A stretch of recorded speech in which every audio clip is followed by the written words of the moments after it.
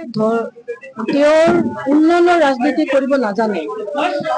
তেওঁ উন্নয়নৰ ৰাজনীতি কৰক। তেওঁ অসমৰ ৰাইজে যে মুখ্যমন্ত্ৰী বনাইছে, লুংগি টুপিৰ কথা ক'ব কাৰণে বনোৱা নাই।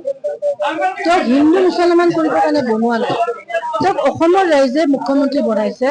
তেওঁ অসমৰ যিবিলাক জ্বলন্ত সমস্যা, গৰাখহনীয়া সমস্যা, ৰাস্তা ঘাটৰ সমস্যা, হস্পিটেল বিলাকত ডক্তৰ নাই, সেই সমস্যা বহুত অঞ্চলত, আমাৰ এই চৰ চাপৰি অঞ্চলত আমাৰ হস্পিটেল নাই। আজি ৰোগীৰ হাহাকাৰ। আজি এজন ৰোগী হঠাৎ ৰাতি যদি চলে, তেওঁলোকে হস্পিটেল এখন ওচৰতে যে যাব, তাতে যে ডক্তৰ পাব, সেনেকুৱা ব্যৱস্থাটো নাই। নিবনুৱা সমস্যাই জ্বলন্ত ৰূপ লৈছে। আজি তেওঁলোকে যিখিনি প্ৰতিশ্ৰুতি দিছিল যে চাকৰি দিব, সেইখিনি তেওঁলোকে দিব পৰা নাই। আজি নিবনুৱা সমস্যা ইমান বেছি হৈছে যে আজি অসমৰ লাখ লাখ ল'ৰা ছোৱালী আজি বিভিন্ন ৰাজ্যত গৈ তেওঁলোকে 6,000 7,000 টকাত আজি বিভিন্ন শ্বপিং মল হওক, দোকান হওক বা বিভিন্ন ৰেষ্টুৰেণ্ট হওক, তাতে তেওঁলোকে কাম কৰিব লগা হৈছে।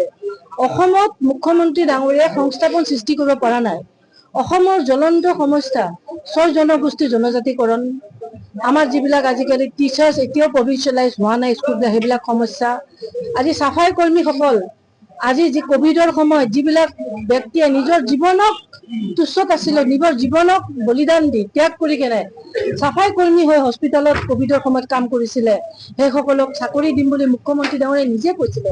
তেওঁলোকক চাকৰি প্ৰদান কৰিব হোৱা নাই, তেওঁলোকক কোনো সংস্থাপন দিয়া হোৱা নাই। আজি সংস্থাপনৰ অভাৱত আজি আমাৰ ডেকা ডেকা ল'ৰা উগ্ৰপন্থী সংগঠনত যাবলৈ বাধ্য হৈছে। আমাৰ বহুত পৰিয়াল আজি তেওঁলোকৰ ঘৰৰ পৰিয়াল পোহপাল দিব নোৱাৰি তেওঁলোকে আত্মহত্যা কৰিবলৈ বাধ্য হৈছে।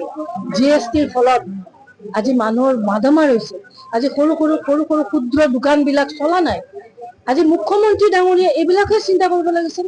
আজি উন্নয়নৰ কথাই ক'ব লাগিছিল, ৰাস্তা ঘাটৰ কথা ক'ব লাগিছিল। তেওঁ আহক আমাৰ চমটুলি অন্তৰত, তেওঁ আহক চমুৰী অঞ্চলত, কওক যে মই ইমান ৰাস্তা বনাই দিছো, ইমান দলং বনাই দিছো। তেওঁ সেইবিলাকে কথা ক'ব লাগিছিল। কিয় তেওঁ নাহে?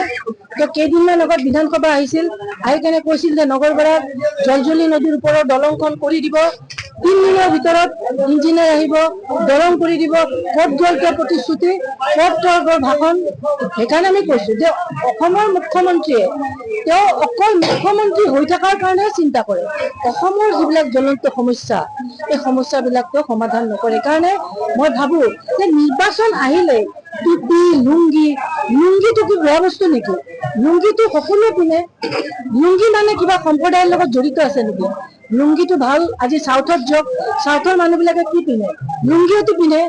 আজি আমাৰ ঘৰতো লুংগি পিন্ধে, মুখ্যমন্ত্ৰীয়ে নিজেও হয়তো লুংগি পিন্ধে ঘৰত, হয়নে নাই কথাটো? মুখ্যমন্ত্ৰী ডাঙৰ ক'ব পাৰিব যে তেওঁ লুংগি নিপিন্ধে বুলি, পাৰিব নেকি ক'ব কাৰণে? সেইকাৰণে আজি লুংগি ৰাজনীতি বাদ দিয়ক, এইবিলাক কথা কৈ ধৰ্মীয় মেৰুকৰণ বাদ দিয়ক। তেওঁ উন্নয়নৰ কথা কওক। তেওঁৰ হাতত সময় নাই। তেওঁ মাত্ৰ 8টা মাহ তেওঁৰ হাতত আছে।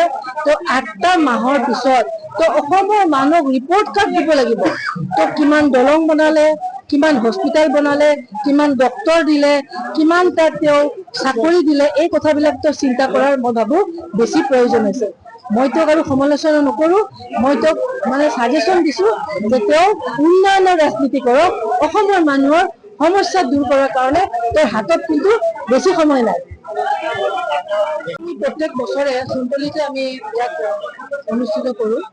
তো আজি আমাৰ মুখ্য কাৰ্যালয় আমাৰ 2টা জিলা পৰিষদৰ কাৰণে আৰু আঞ্চলিক পঞ্চায়তৰ সদস্যসকলৰ কাৰণে আমি মুখ্য কাৰ্যালয়টো আমি ইয়াত চমটুলিৰ বজাৰতে আমি ইয়াত শুভাৰম্ভ কৰিলো।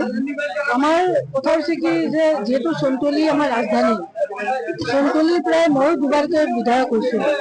তো চমটুলি অঞ্চলত কংগ্ৰেছৰ যিটো হাৱা যদি উঠে, ই আৰু চাৰিওফালে বলি যায়। সেইকাৰণে আমাৰ আজি যিটো পৰিৱেশ হৈছে আপোনালোকে চালে, আমি কালাতলিৰ পৰা আমি প্ৰায় দীঘলীয়া এটা ৰাস্তা আমি বাইক ৰেলী কৰি আহিছো। হাজাৰ হাজাৰ বাইক কংগ্ৰেছ শ্লোগান দি আমাক ইয়াতে ৱেলকাম কৰি আনিছে। আমাৰ পাৰ্টি সকলোৱে আহিছে। আজি হাৱা উঠি গ'ল আৰু আজি হাৱা উঠি গ'ল। এই হাৱাত আমি কংগ্ৰেছৰ পাৰ্টিসকলে অলপ কষ্ট কৰিব লাগিব, যিহেতু পঞ্চায়ত ইলেকশ্যন। আমি বহুত ভোটত আমি জিকি আছো আৰু আমাৰ প্ৰস্তুতি ভাল হৈ আছে। আমাৰ নিৰ্বাচনী কমিটিবিলাক আমি জিলা পৰিষদ ৱাইজ আমাৰ কৰা হৈছে। আমাৰ আঞ্চলিক পঞ্চায়ত পৰ্যায়ত আমাৰ আঞ্চলিক পৰ্যায়ত নিৰ্বাচনী কমিটি কৰা হৈছে। আমাৰ ষ্ট্ৰেটেজি অলৰেডি তৈয়াৰ হৈ গৈছে। আমাৰ এই প্ৰস্তুতি আমি আগৰ পৰাই চলাই আছো। পঞ্চায়ত নিৰ্বাচন আগতে হ'ব লাগিছিলে। এই চৰকাৰখনে পিছুৱাই পঞ্চায়ত নিৰ্বাচন ইমান দিন লগাই দিলে। আমাৰ প্ৰস্তুতি আগৰ পৰা আছিলে। আমাৰ বুথ কমিটি, আমাৰ ৱাৰ্ড কমিটি, আমাৰ মণ্ডল কমিটি, আমি সকলো মণ্ডল কমিটি, আমাৰ ব্লক কংগ্ৰেছ নতুনকে যদিও হৈছে, আমি ব্লক কংগ্ৰেছ আমাৰ ইতিমধ্যে আমি কমিটি কৰি লৈছো। আমাৰ সকলো কাম সুন্দৰভাৱে আমাৰ নীতি নিয়মৰ মাজত আমাৰ সকলোখিনি আগবাঢ়ি আছে। প্ৰাৰ্থীসকলে কিছু কষ্ট কৰিব লাগিব আৰু নিশ্চয় আমি বহুত ভোটত আমি জিকিম।